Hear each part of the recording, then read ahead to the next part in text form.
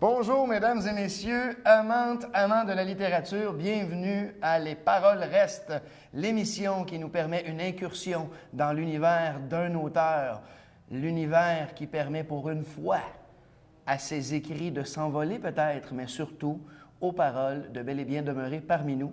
J'ai avec moi cette semaine Michel Thérien. Michel Thérien d'Ottawa. Michel, tu as été fonctionnaire public, bon, parmi tant d'autres choses. Tu as rédigé, conçu des formations, notamment pour l'ONU. Surtout, si tu es ici aujourd'hui, c'est en tant que poète. Donc, ton 11e titre paraîtra, si je ne m'abuse, cet automne. Ton dixième titre, Les vallées nous traversent. Mais auparavant, Michel, écoute, tu me permettras, là, la liste que j'ai ici, là, auparavant, tu as remporté le prix Le Droit pour J'écris à rebours. Je ne me souviens pas. OK, bien, je te le rappelle. Okay. Tu as remporté le prix du livre d'Ottawa pour L'aridité des fleuves. Okay. Tu as remporté le prix Christine Dumitrio Van Sanen pour Corps sauvage. Tu as été finaliste 2 fois au prix Trillium, 2 fois au prix du livre d'Ottawa, finaliste à d'autres prix aussi. C'est à ce point-ci que je te souhaite officiellement la bienvenue, Michel. Salut. Merci. Salut à toi, Éric. Plaisir d'être là. Écoute, Michel, je te parle en tant que lecteur. Je te parle en tant qu'adepte de ce que tu fais. Oui. OK? Oui. J'ose le dire, tu es le poète du corps, le poète de la forme, le poète de la fluidité, limpidité, surtout le poète de la sensualité. Comment réagis-tu à ça? Ben, en les entendant, je me suis dit, ouais, c'est beau. Oui, je m'identifie un peu à ce que tu viens de dire, mais je m'en rends pas compte. Je pense pas à ça, ces choses-là. Fluidité, oui. Je pense que j'essaie d'être fluide, sensuel. C'est beau, je pense que c'est beau, c'est un beau compliment. Mais à part ça, tu peux me voir comme tu veux. Moi, je suis OK avec ça. Mais ce que j'essaie de dire peut-être, c'est que dans l'acte d'écrire, je ne réfléchis pas. J'écris tout simplement. Alors, ce qui est là et ce que toi, tu vois, ben, c'est ton contrat, toi, et dans ta lecture de moi. Puis ça, je trouve ça très agréable à entendre. Est-ce qu'il y a à ce moment-là, et je te reprends, est-ce qu'il y a à ce moment-là un genre d'exutoire à cette cérébralité qui nous entoure et qui nous est imposée dans l'acte d'écrire pour Michel Thérien? Non, Michel Thérien, il est farouche, il est intérieurement très sauvage, il est impulsif, parfois agressif, et puis il est timide, il est très très sensible et cherche à peut-être éloigner le plus possible ce que j'appelle l'échéance. Michel Thérien, il est aussi conférencier, lecteur public, animateur. Oui. Est-il aussi farouche quand il est sur scène? Tu me le diras tantôt, mais je pense pas. Non, sur scène, ce qui émane de moi, c'est cette, j'espère, cette sensibilité à l'autre, l'écoute, la tendresse et l'amour que j'ai intérieurement qui est pour moi omniprésent. Si je te disais que je compare ma lecture suave de tes textes à l'impression que j'ai devant une sculpture, autrement dit, si je te disais que tu es, selon moi, l'un de ces sculpteurs de mots extraordinaires, comment réagis-tu maintenant? Encore une fois, je me dis, ben, c'est un beau compliment. Mais je pense que tu as une belle perspicacité de mon travail. Je disais tantôt à André que vous allez voir à un autre moment donné, que pour moi, c'est véritablement un travail. Alors, oui, je sculpte le poème. Oui, je rase le mot. Oui, je le passe au plus fin des couteaux. Parce qu'il arrive à moi de façon très abrupte des fois. Et puis, je le prends dans sa forme naturelle. Et puis, je le travaille. Ça ne fait pas toujours plaisir aux éditeurs parce que j'ai toujours quelque chose à retrancher. Alors voilà le mot pour moi qui est le plus important. Le couteau le plus important pour moi en poésie, c'est le retranchement. Celui qui arrive à clarifier l'émotion, la pensée et mon contact avec l'écriture. Donc, il y a un travail d'épurement. Écoute, Michel, Ouais, à ce point-ci, ouais. j'aimerais vraiment, vraiment que tu nous permettes l'accès à ton univers. Est-ce que tu voudrais nous lire un extrait, s'il vous plaît? Oui, avec plaisir. Puis, j'aimerais dire, Éric, que quand j'ai pensé à cette possibilité-là de lire un de mes textes, moi, je me plonge toujours dans ce qui m'arrive tout de suite. Alors, j'ai pensé, ben, il serait le fun que je te lise ou que je lise mon dernier poème. Puis j'ai le plaisir de dire que je l'ai terminé ce matin. Regarde, il est là, tout barbouillé. Super! Et puis, Un inédit. Ah ouais. Super! Et puis je l'ai terminé dans la douche ce matin. Parfait. Alors j'ai essayé de garder la pensée tout au long. Donc, tu écris de façon imperméable, si je traduis bien. Oui, Très bien. oui, exactement. Oui, voilà. Donc, ce poème fait partie de mon nouveau manuscrit qui s'intitule Muse. Muse étant la poésie.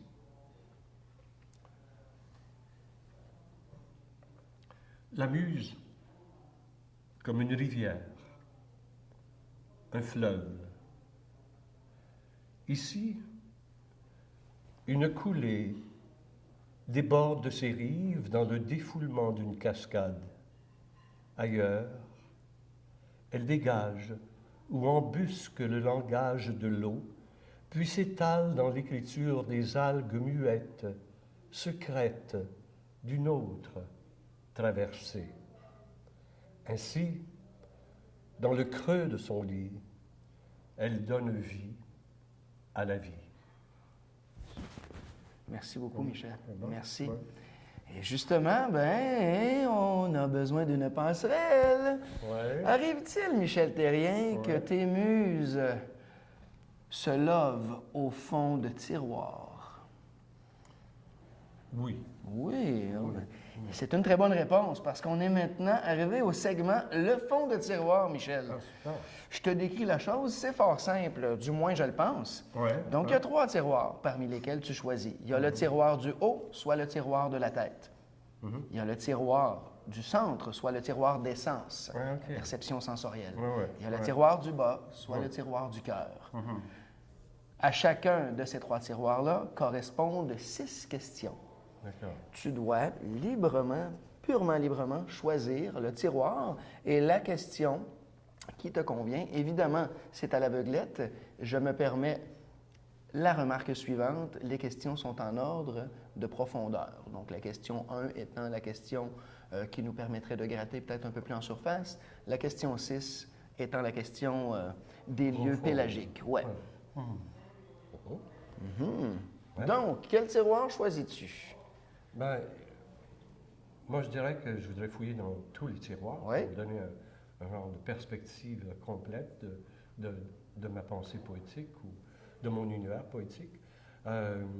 Mais commençons par la tête. Le tiroir de la tête. Et laquelle des questions choisis-tu? Je prendrai la 6e. La 6e déjà. Oh, ma foi. Allons plus difficile comme Parfait, ça. parfait. Ouais. Réchauffons-nous. Michel Terrien, qu'est-ce que l'on doit à jamais retenir de toi? La vérité. Que je suis un gars qui cherche sa vérité et qui ne veut pas écrire sans écrire tout ce qui est vrai en moi. Je rejette tout ce qui n'est pas vrai. Le vrai et le réel. Et est-ce qu'il y a un travail de... Tu parlais tout à l'heure, on a évoqué le phénomène de l'épurement.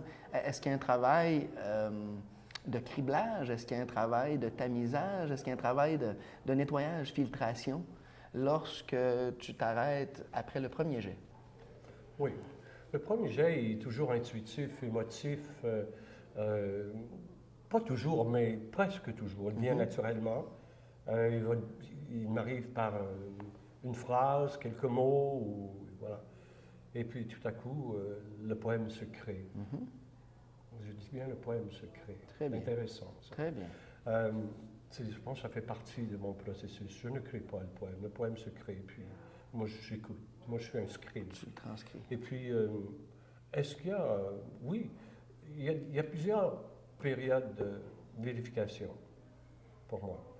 Le livre qui est là, Mes carnets africains, c'était un processus de vérification constante dans lequel souvent je frôlais de découragement parce que je ne trouvais pas que je pouvais écrire un livre sur l'Afrique avec 2-3 voyages dans le corps. C'était pas assez pour moi. Puis, donc, cette vérité-là, j'ai dû aller la chercher plusieurs fois avant de laisser aller le livre. Ouais. Donc, avant de laisser l'Afrique te parler. Oui, dire sa vérité veut dire aussi de la rendre limpide. Alors, et si on n'est pas capable de faire ça, c'est parce qu'elle n'est pas trop vraie. OK. Alors, donc, oui, il y a un travail Très bien. minutieux à faire. Là. Très bien. Oui. Tiroir? Ben, allons à l'amour. Donc, le tiroir... Oui. Le tiroir du cœur, Oui. le tiroir d'essence. Est-ce que l'amour est plutôt sensoriel ou... Bon, allons-y dans le cœur. Dans le cœur, OK. Et revenons au sens. OK. Laquelle des questions? Moi, je dirais aussi la 6e. C'est à point. La 6e question va comme suit. Quelle est ta conception de l'amour, précisément? C'est l'autre qui passe par moi. Voilà. L'autre, l'être aimé. C'est moi qui à la force d'une recherche personnelle et d'une authenticité recherchée, peut arriver à l'autre. Très bien. Peut arriver à accueillir l'autre, de se rendre à l'ouverture complète. Puis là, je vais utiliser des beaux mots, mais qui sont difficiles à rejoindre des fois. Je dirais l'abandon. Pour moi, l'amour, c'est l'abandon de soi. Mais il n'y a pas d'amour sans soi. C'est l'abandon de soi. Tu vois? L'abandon de soi pour inviter l'abandon de la part de l'autre aussi? Ben oui, essentiellement. Oui. Donc, on appelle l'autre à l'abandon en lui montrant qu'on se démunit soi-même. Oui. Oui? Okay. Pas souvent possible et trop souvent très difficile. Très bien. Donc, le tiroir d'essence maintenant? Oh, on va y aller encore au 6e. La question 6? Oui, allons-y. Écrire, c'est comme... Laisser éclore le sentiment profond qui m'anime dans une liberté totale, inconditionnelle.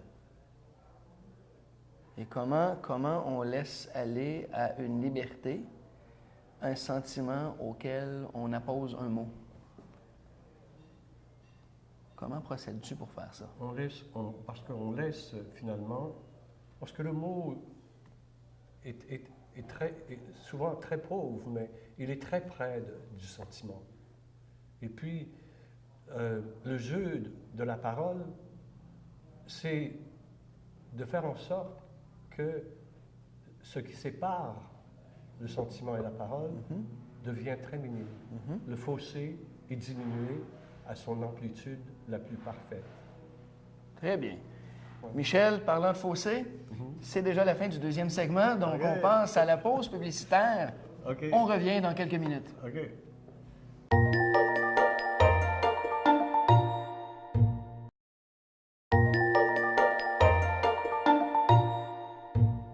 Mesdames et messieurs, amants de la littérature, on est déjà de retour. Éric Charlebois en compagnie de Michel Thérien. Michel, les paroles restent.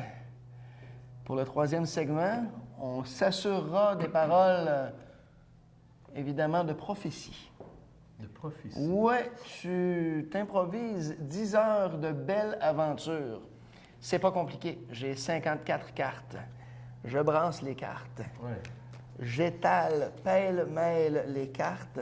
Tu tires une carte au hasard. Tu réponds à la question qui figure à la face de la carte. et tu réponds obligatoirement à la question. C'est un segment impératif. Est-ce que ça te tente? Ça me fait pas peur. Oui, donc on a ton accord? Absolument. Parfait, tu as signé le dégrèvement, tout Oui, est fait, c'est- c'est beau, voilà. On étale, on étale, on étale. N'hésite pas à aller chercher ça N'importe dans les dessous. OK. Vas-y, Voilà, ça doit être en dessous. Allons-y. je te lis ça. Oui. Oh! Qui est l'auteur masculin que tu aimes plus ou moins, plutôt moins que plus? Et pourquoi? Plus, plus, plutôt moins que Plutôt plus. moins que plus. Ben là, je pensais plutôt à celui que j'aime le plus.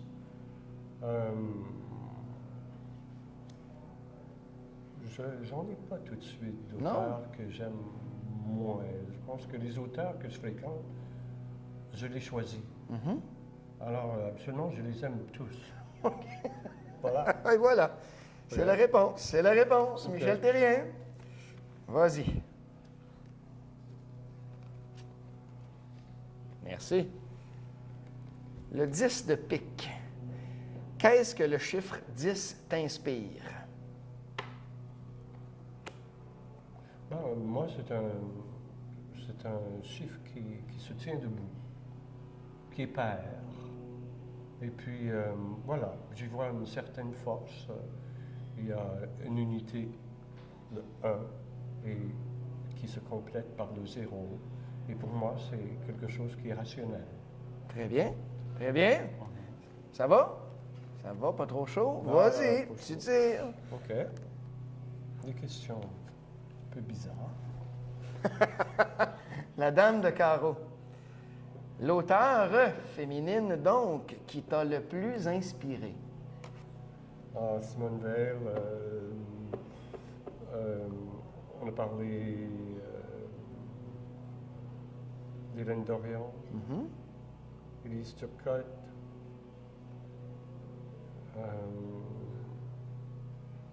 ouais, voilà, il y a Sylvie, je ne me souviens pas de son nom, mais enfin, ouais, OK. Qu'est-ce qu'elle a écrit, Sylvie? surtout des livres de philosophie. OK. OK. Vas-y. Vas-y, vas-y, vas-y, vas-y, vas-y. On brouille, on brouille. Le 7 de carreau. Aimes-tu les livres qui terminent en grand bonheur? Moi, j'aime plutôt les livres qui se terminent dans la réalité, qui des fois échappent au cynisme sans échapper à l'espoir. Ouais, ouais. Hmm. Tout de suite, j'aime bien, par exemple, Philippe Claudel. Oui. Alors, ouais, je trouve que lui répond à certains critères de l'écriture que j'aime beaucoup. Donc, une fin qui laisse planer ou qui Oui. laisse entrevoir un Oui, espoir? pour moi, le livre n'a pas de fin. L'écriture n'a pas de fin. Elle se régénère tout le temps. Très bien. Alors, si on ferme un tiroir, on en ouvre un autre en écriture. Oui. Ouais. Tiens, vas-y. Enfin, Vas-y, vas-y, vas-y. bon, 2,6. Oh, l'as de carreau. Quel est le livre qui t'a inspiré à écrire?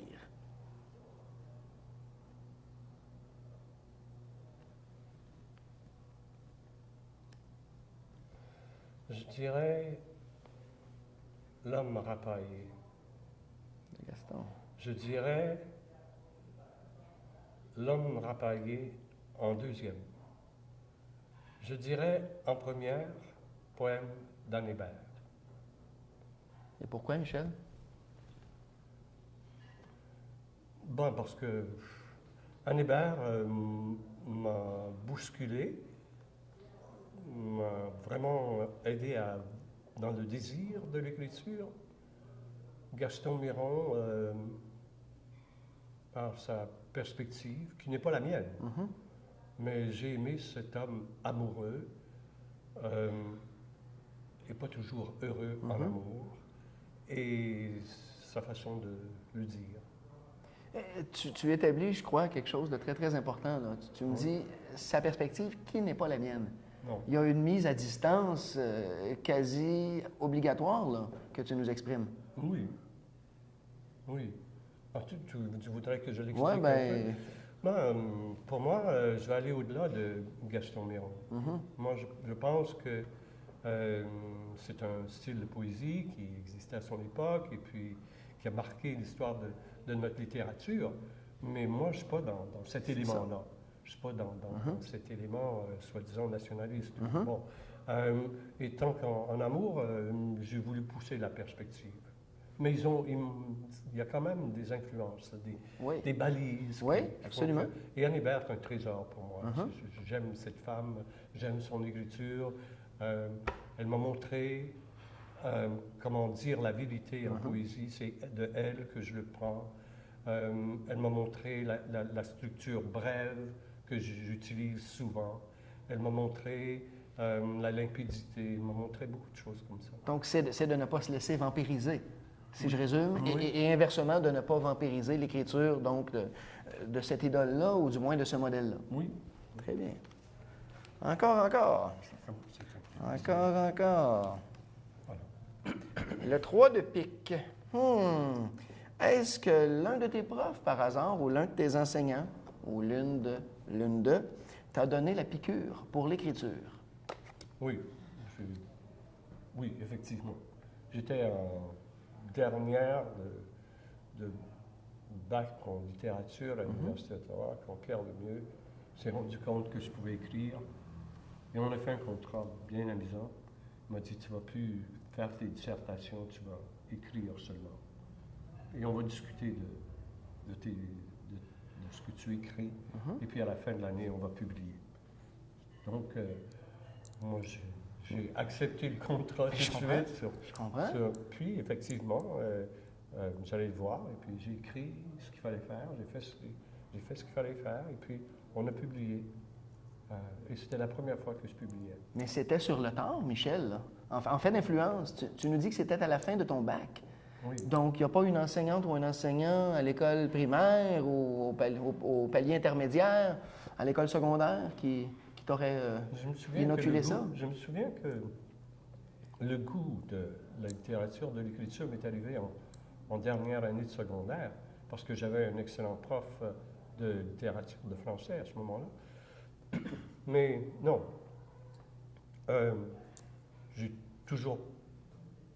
j'avais jamais pensé que j'allais écrire. D'ailleurs, même après mon bac, je ne pensais pas d'écrire. Mais non, ça ne m'est pas arrivé avant. J'ai commencé à adorer la littérature en dernière de secondaire. Je ne dis pas que je ne l'aimais pas avant, j'ai adoré, j'ai dit. Puis, j'ai commencé à écrire sérieusement, disons, pas professionnellement, mais sérieusement, quand Pierre Lemieux m'a mis au mur et puis dit non, tu vas écrire. Puis moi j'ai dit OK. Il y a une autre question qui brûle ma langue. Là. De dire oui à l'écriture. Il y a une autre question qui brûle ma langue. Oui. Pendant que tu tires une carte, mais je veux quand même te relancer à cet égard-là. Oui. Qu'est-ce qu'écrire professionnellement? Selon toi, là. Ouais. C'est l'abandon encore. C'est de dire oui et de faire oui. Et d'écrire oui. Et donner de la liberté au oui. D'accepter de se mettre à nu devant l'écriture. Michel Terrien, tu dois être un excellent conjoint, toi, hein? N'est-ce pas? Dire oui, signer, hein? Et voilà, Ouais, sur les pointillés, Monsieur elle n'est pas Terrien. là, elle n'est pas là, Elle n'est pas là. Vas-y, Michel. Ouais. Merci, le roi de trèfle. Le pire roi ou le pire monarque, selon toi, qu'aurait connu l'humanité? Ah ben on le connaît, hein? Il est avec nous. Il n'est pas roi, mais il est là. Hein? Ah oui, il est monarque? C'est notre voisin, ben, il se pense pas un monarque. Oui. Notre voisin au sud. Oui, oui. Très bien, donc on vous Moi, dans mon vécu à moi, c'est peut-être l'exemple, la grande. Cette émission ne sera pas traduite en passant, M. Terrien. D'accord. Surtout Mais pas vers l'anglais. Ce n'est pas une vérité cachée. Non. C'est assez connu maintenant. Ouais. Une autre carte? Oui.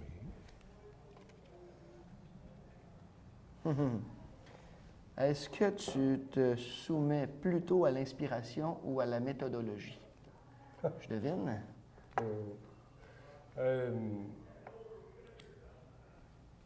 Je me soumets toujours à l'inspiration.